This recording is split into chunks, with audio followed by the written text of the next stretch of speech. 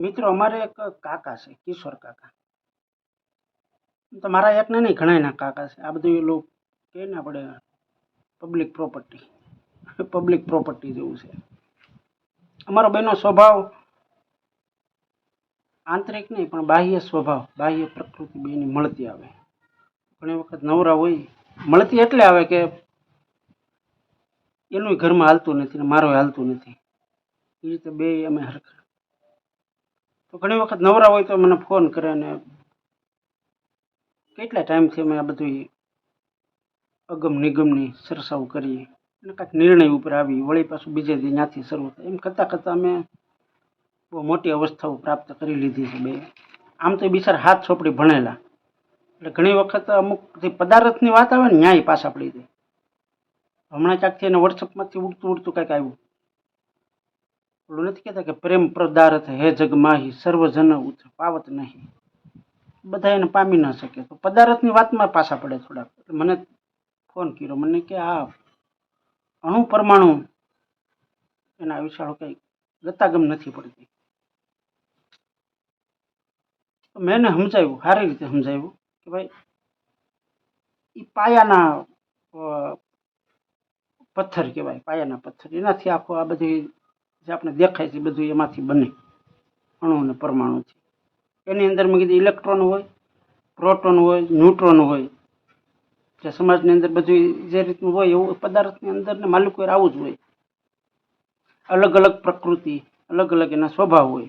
Electron છે તો negative પ્રકૃતિનો માણા મેં કીધું, બરાબર.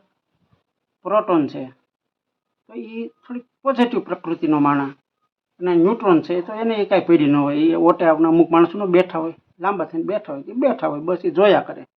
બે જણા બાંધે તો એને જોવે, સારી વાતો કરે તો એને જોવે, હા કે ના કાંઈ કહે નહીં. આ પ્રકારનું ન્યુટ્રોન હોય મેં કીધું. અને આખું જગત છે મેં કીધું એ નેગેટિવ પ્રકૃતિથી જ હાલે. કોઈ વસ્તુ ચલિત જે થાય છે એ બધું નેગેટિવ પ્રકૃતિના આધારે ચલિત થાય છે. પોઝિટિવ પ્રકૃતિ સ્થિરતા છે, એનામાં કાંઈ હોય નહીં. તમે ઇલેક્ટ્રિસિટી જુઓ, પોણી દુનિયા અને એમાં પોણું કામ. આખું 24 કલાકનું કામ છે, એમાં પોણા પ્રકારનું કામ તો ઇલેક્ટ્રિસિટીથી થાય છે. ઇલેક્ટ્રિસિટી ઇલેક્ટ્રોન છે, ઇલેક્ટ્રોનનો પ્રવાહ, કેટલા કામ થાય છે. તો ઇલેક્ટ્રોન નેગેટિવ ચાર્જવાળો માણા, પણ તોય કામ સારા થાય છે. પછી એનો ઉપયોગ કઈ રીતે થાય છે એની પર આધાર રાખે. બાકી જગતને ચલાવવા માટે નેગેટિવિટી એ જ છે. નેગેટિવિટી વહી જાય તો જગતમાં કંઈ થાય નહીં, બધા બેઠા રહે, સ્થિર થઈ જાય. અસ્થિરતા આવે તો કંઈક નવું સર્જન થાય, તો કંઈક નવું બને, જૂનું ભાંગે. પોઝિટિવ કાંઈ થવાનું નથી. તો આ જગતની માલિકો જ્યારથી સર્જન થયું છે ત્યાંથી નેગેટિવ પ્રકૃતિનો પ્રભાવ જોરદાર છે. દેવતાઓ બધા પોઝિટિવ પ્રકૃતિવાળા હતા. જો એને કાંઈ ન થાત તો એ સાનમના બધા સ્વર્ગની અંદર ઇન્દ્રની હારે મોજ મજાને મસ્તી કરત. પણ સામે નેગેટિવ પ્રકૃતિના દૈત્યો છે, તો એના કારણે દેવતાઓ પણ ચલિતમાન થાય છે. કે એ સડે છે એને હારો. તો એ પછી નવા અસ્ત્રો માટે ભગવાન પાસે જોડ્યા જાય કે કાંઈક આપો કે આ પાડી દે. કારણ કે ઓલાના કારણે નેગેટિવ પ્રકૃતિ થકે સડાવે બીજાને. અને ઓલા પાસે એટલું બધું કંઈ તાકાતવાળું હોતું નથી, થોડું ઘણું હોય તો ઓલા બુઠ્ઠું કરી નાખે, તરત દેવતા પાસે જોડી જાય. દૈત્યો કોઈ દી દેવતા પાસે જોડીને નથી ગયા. એને એવું લાગે કે આપણી શક્તિ નબળી પડે છે, એટલે તરત તપ કરવા બેસી જાય, શક્તિ મેળવી લે. દેવતાને કે વી આવો, હક ન લેવા દે. ટૂંકમાં હક ન લેવા દે એ પ્રકૃતિ છે, એ છે નેગેટિવ પ્રકૃતિ, નકારાત્મકતા. અને નકારાત્મકતાના કારણે આખું આ બ્રહ્માંડ હસબસે છે, બધું સ્થિર થઈ જાય. તો પછી શું છે? તો અમારા કાકા એ અણુ પરમાણુમાં હવે લાગી ગયા છે. ટૂંક સમયમાં કંઈ નવું સંશોધન થાય એ બાબતમાં તો કંઈક કરશું, કહેવું તમને. બાકી હવે એને લગભગ અગમ નિગમ છોડી દીધું છે, કારણ કે એનો કોઈ અંત નથી. એ મને છેલ્લે એમ કહેતા હતા કે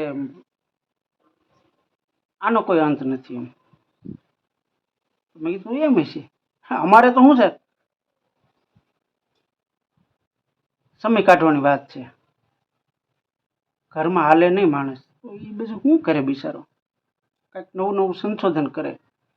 અને કાં અગમ નિગમની વાતો એ સડી જાય. બાકી ઘરમાં કંઈક હાલતું હોય તો એમાંથી જ ઊંચો ન આવે. એનું પૂરું પડે તો કંઈક આગળ કરે ને એ પૂરું જ ન પડે. સંસારમાં કોઈ દી તમે કાંઈ પૂરું થતું જ નથી. એમ સંન્યાસમાં નથી થતું પૂરું. આપણે એમ ભલે કે સંસાર સંન્યાસ, તો સંન્યાસી હોય પોતાનો નવો સંસાર ઊભો કરે એક નવા રૂપમાં નવા રંગમાં. કારણ કે ને છેલ્લે એ સંસારની જરૂર પડે છે.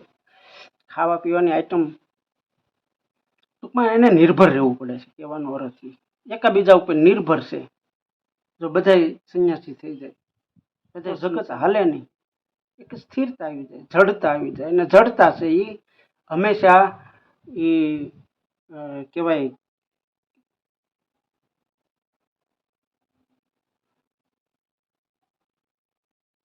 કાંઈ નથી બોલવું, શબ્દ જ નથી જડતો.